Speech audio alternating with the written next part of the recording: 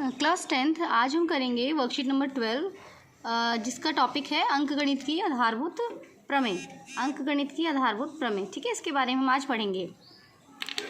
तो सबसे पहले हम देखते हैं यहाँ वर्कशीट में एक डेफिनेशन दी गई है अभाज्य संख्याओं की। ठीक है, अभाज्य संख्याएं क्या होती है, आप अपनी पिछली कक्षाओं में पढ़ चुके हैं कि अभाज्य संख्याएं वे संख्याएं होती हैं जिनके सिर्फ और सिर्फ दो गुणनखंड होते हैं। ठीक है, देखिए यहाँ पर क्या लिखा है, केवल दो गुणनखंड। दो गुणनखंड होते हैं इनके, वो दो गुणनखंड कौन कौन से होते हैं, एक तो एक, ठीक है, और स्वयं वह संख्या।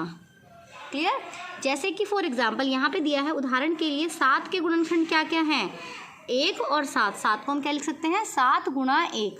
इसके अलावा हम इसे और किसी रूप में नहीं लिख सकते। तो 7 के कितने गुणनखंड हुए, 2। सिर्फ और सिर्फ 2 गुणनखंड हैं इसके, और वो गुणनखंड भी कैसे हैं, एक तो 1 है और दूसरा वह स्वयं खुद संख्या। तो 7 क्या है, एक अभाज्य संख्या है।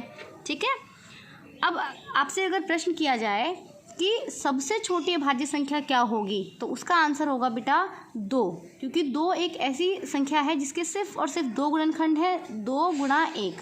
और 2 क्या है कि सबसे छोटी संख्या है जिसको हम अभाज्य कह सकते हैं। क्लियर, तो सबसे छोटी अभाज्य संख्या क्या होगी, 2। अब देखिए यहाँ पे क्या लिखा है, गुणनखंड। गुणनखंड क्या होता है, वह संख्या जो दी हुई संख्या को विभाजित करता है। मान लीजिए अगर हम बात करें कि 10 के क्या क्या गुणनखंड हो सकते हैं, तो आप उन सभी संख्याओं को लिखेंगे जो संख्याएं 10 को विभाजित करती हैं। जैसे कि 10 1 के पहाड़े में आता है, तो 1 जो है 10 का गुणनखंड हो गया। ठीक है, अब मान लीजिए सपोज हमें 10 के गुणनखंड लिखने हैं, सपोज 10 के, ठीक है, तो 10 के गुणनखंड हमारे क्या क्या होंगे, 1 के पहाड़े में आता है, 2 के पहाड़े में आता है, 3 के में नहीं आता, 4 में नहीं आता, ये आता है 5 में। ठीक है, उसके बाद 10 में। तो 10 के गुणनखंड क्या हो गए, 1 2 5 10। ठीक है, ये सारे क्या हैं, इसके गुणनखंड हैं 10 के। तो गुणनखंड की परिभाषा भी क्लियर हो गई है आपको। इसके बाद देखते हैं, देखिए गुणनखंड वृक्ष। गुणनखंड वृक्ष क्या होता है, कोई भी जो संख्या आपको दी गई है, ठीक है, उसको आपको क्या करना है, छोटे छोटे टुकड़ों में तोड़ना है, ऐसी संख्याओं के रूप में तोड़ना है जिनसे वो संख्या, दी गई जो संख्या है वो क्या होती है, विभाजित होती है। ठीक है, प्रत्येक चरण पर गुणनखंड करते हुए किसी संख्या के अभाज्य गुणनखंड प्राप्त करने का क्रम। अभी अभाज्य गुणनखंड क्या होते हैं, अभाज्य संख्या हमने बताई थी आपको, गुणनखंड के बारे में बताया था। तो अभाज्य गुणनखंड क्या हो जाएंगे, ठीक है, ऐसे गुणनखंड जिनको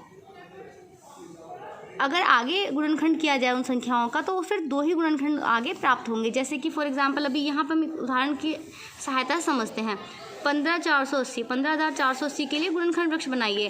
तो आपने यहाँ संख्या को लिखा, ये एक संख्या लिख दी, उसको आपने क्या किया, छोटी छोटी संख्याओं से उसको डिवाइड करिए। जैसे आपने इसको क्या किया, 2 से इसको भाग किया, तो आपको ये प्राप्त होगा, यानी इसको हम 2 गुणा 7,740 लिख सकते हैं। अब इसको फिर हम इस तरह से लिखते हैं। अगर किसी बच्चों को ऐसे समझ नहीं आ रहा, तो आप सिंपल क्या करेंगे, इस तरह से देखो, 15,480 ये सबको आता है करना। ठीक है, ऐसे ऐसे लाइन जो खींच के हम करते हैं, गुणनखंड प्राप्त करते हैं 2 से सबसे पहले छोटी छोटी संख्याओं से आप इसको डिवाइड करेंगे। 2 से आपने किया 2 7 14, यहाँ 1 बचा, क्योंकि 15 था ना, 14 पे आपने 14 तक पहाड़ा पड़ा, 2 7 14। तो 14 अब अगर माइनस करोगे 15 में से, तो यहाँ 1 बचा, यहाँ फिर से 14 हो गया, 2 7 14 और 2 चौके 8 और ये 0। फिर 2 से हम डिवाइड करेंगे। ठीक है, 2 3 6, 2 8 16, 2 7 14 और 2 0 0। क्लियर, अब समझ आ रहा है। तो ये एक्चुअल में क्या है, ये इसी की फॉर्म है, इसको हमने इस तरह से लिख दिया है। 15,480 को हम क्या लिख सकते हैं, 2 गुणा 7,740। अब 7,740 को हम क्या लिख सकते हैं, 2 गुणा 3,870। ठीक है, इसके बाद हम फिर इसको आगे इस तरह से पूरा कंप्लीट कर लेंगे और इसको हम इस तरह से लिख लेंगे। क्लियर, तो ये लास्ट में 215 को हम क्या लिख सकते हैं, 5 गुणा 43। अब इसको देखो, इसको आगे हम और कुछ नहीं लिख सकते। ठीक है, आगे हम जा सकते लिख सकते हैं 5 गुणा 1 और यहाँ पे 43 × 1। तो गुणनखंड तो हमारे फिर भी वही मिलेंगे। तो इसलिए गुणनखंड वृक्ष बनाने के लिए हम क्या करेंगे, इस तरह से हम बनाते हुए चले जाएंगे। अब देखो आगे क्या लिखा है, हमने देखा 15,480 को हम क्या लिख सकते हैं, 2 गुणा 2। ये अब देखो 2 जो ये वाले नंबर थे सारे, ठीक है, ये हम लिख देंगे 2 गुणा 2 गुणा 2, 3 बार 2 आया, 3 गुणा 3, ये नंबर कौन से हैं? ये गुणनखंड हैं आपके, अभाज्य गुणनखंड जिन्हें हम कहते हैं। अगर आप इसको कंप्लीट करोगे तो इधर वाले जो नंबर आएंगे उनको आप ऐसे गुणा करके लिख सकते हैं। इन संख्याओं के आप गुणा करोगे तो फिर दोबारा से आपको यही नंबर प्राप्त हो जाएगा, क्योंकि आपने इसी को टुकड़े करके, इसको गुणनखंड करके अभी आपने ये लिखा है। अब इसको हम क्या करेंगे, जो एक जैसी संख्या है, जैसे मान लो 2 3 बार लिखा हुआ है तो उसको हम लिख सकते हैं 2 की घात 3, और ये 3 2 बार लिखा है तो 3 की घात 2, फिर ये देखिए 5 और ये 43, इसको आपने ऐसे करके लिख लिया घातांक के रूप में। ठीक है, अब देखिए ध्यान दीजिए गुणनखंड आरोही क्रम में है, क्योंकि आपने जब डिवाइड किया था तो पहले सबसे छोटी संख्या फिर उससे बड़ी, ऐसी इस तरह से आपने किया था, तो ये गुणनखंड भी आरोही क्रम में आए हैं। अब यहाँ पर जो इम्पॉर्टेंट है वो ये है अंकगणित की आधारभूत प्रमेय। ठीक है, कई बार एक नंबर में लिखने के लिए आती है कि अंकगणित की आधारभूत प्रमेय क्या होती है, उसका कथन लिखिए। तो आप क्या लिखेंगे कि प्रत्येक भाज्य संख्या को, प्रत्येक भाज्य संख्या क्या होती है जिसके 2 से ज़्यादा गुणनखंड होते हैं, जैसे कि 15 है 480, इसके देखो इतने सारे गुणनखंड आ गए ना, तो क्योंकि 2 से ज़्यादा गुणनखंड है तो इसलिए संख्या कैसी हो गई, ये संख्या हो गई भाज्य।